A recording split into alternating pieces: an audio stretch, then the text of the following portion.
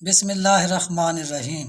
دوستو اس ویڈیو کو آخر تک دیکھیے گا، آپ کے لیے جمعۃ الوداع کے حوالے سے بہت سی اہم معلومات ہم بیان کر رہے ہیں۔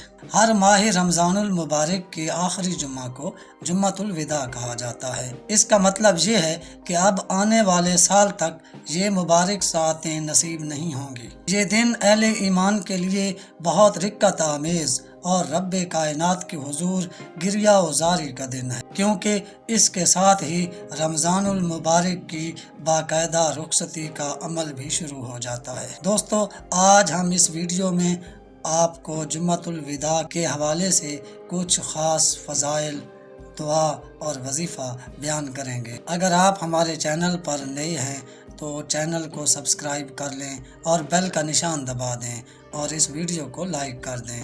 رمضان المبارک کے دوران آنے والے سب جمعوں کے فرض ہونے میں کوئی فرق نہیں ہے، یعنی احکام کے اعتبار سے ان کا فرض ہونا ایک جیسا ہے، لیکن کیونکہ اس آخری جمعے کے بعد رمضان المبارک الوداع ہو رہا ہوتا ہے اور شوال المکرم آ رہا ہوتا ہے تو لوگ اس جمعے کے لیے زیادہ اہتمام کرتے ہیں اور شوق سے اس جمعے کو پڑھنے مسجد تشریف لاتے ہیں، تو اس مہینے میں نمازیوں کا رش بھی بڑھ جاتا ہے اور نیکیوں کا موسم بہار آ جاتا ہے، مگر چاند رات آتے ہی مسجدوں میں کثرت کم ہو جاتی ہے۔ ضروری امر یہ ہے کہ رمضان المبارک کے مہینے میں عبادات کے تسلسل اور معاملات کو جاری رکھا جائے تاکہ رحمتیں اور برکتیں سارا سال آپ کی چوکھٹ پر برستی رہیں۔ دوستو جمعۃ الوداع کے لیے علماء کرام نے کچھ خاص وظائف اور دعائیں ذکر کی ہیں جو جمعۃ الوداع اور عید الفطر یعنی یکم شوال المکرم کی رات کرنے احسن اور باعث اجر و ثواب ہیں اور برکت اور رزق میں اضافے کے لیے بہت اچھے سمجھے جاتے ہیں۔ آئیے آپ کو ایک دعا اور ایک وظیفہ بیان کرتے ہیں۔ دوستو جمعۃ الوداع کے دن ربنا لا تزغ قلوبنا اذ ہدیتنا وہب لنا من لدنک رحمۃ انک انت الوہاب پڑھنا بہت زیادہ احسن ہے۔ اس دعا کو بہت سے علماء نے جمعۃ الوداع کے لیے خاص طور پر ذکر کیا ہے۔ اس دعا کے بعد دوستو آپ کو قرآن پاک سے ایک منظور بارگاہ وظیفہ بتاتے ہیں۔ اسے جمعۃ الوداع کے دن عصر کے وقت ایک بار کم از کم ضرور پڑھ دیں، اس سے بہت سے مالی اور روحانی فائدے حاصل ہوتے ہیں۔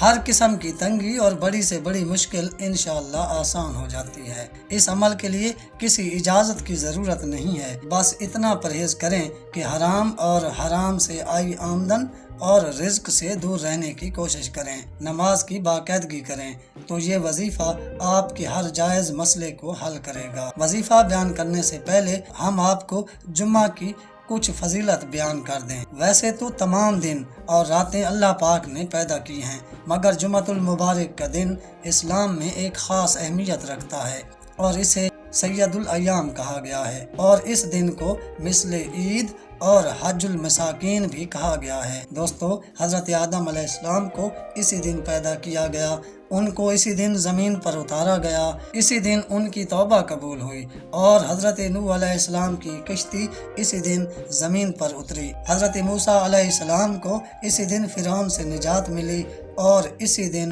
حضرت ابراہیم علیہ السلام پر آگ کو گلزار بنا دیا گیا اور اسی دن حضرت عیسیٰ علیہ السلام کو آسمانوں پر زندہ اٹھا لیا گیا، اور روایات کے مطابق جمعہ کے دن ہی قیامت قائم کی جائے گی۔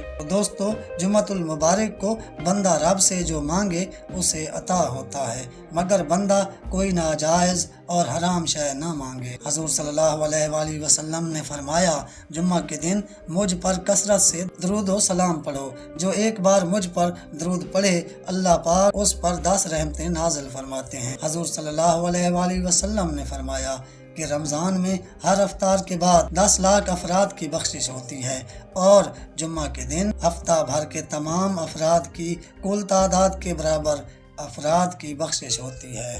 ان سب باتوں سے آپ کو جمعہ کی فضیلت کا بخوبی اندازہ ہو گیا ہوگا۔ اب آپ کو جمعۃ الوداع کے دن کرنے کے لیے خاص وظیفہ بتاتے ہیں۔ جمعۃ الوداع کے دن نماز عصر کے بعد اور نماز مغرب سے پہلے اول و آخر درود شریف پڑھ کر 100 بار سورہ نصر پڑھ کر دعا کریں۔ انشاءاللہ ہر قسم کی تنگی دور ہوگی اور کامیابی ملے گی۔ حضرت انس روایت کرتے ہیں کہ سورہ نصر چوتھائی قرآن کے برابر ہے۔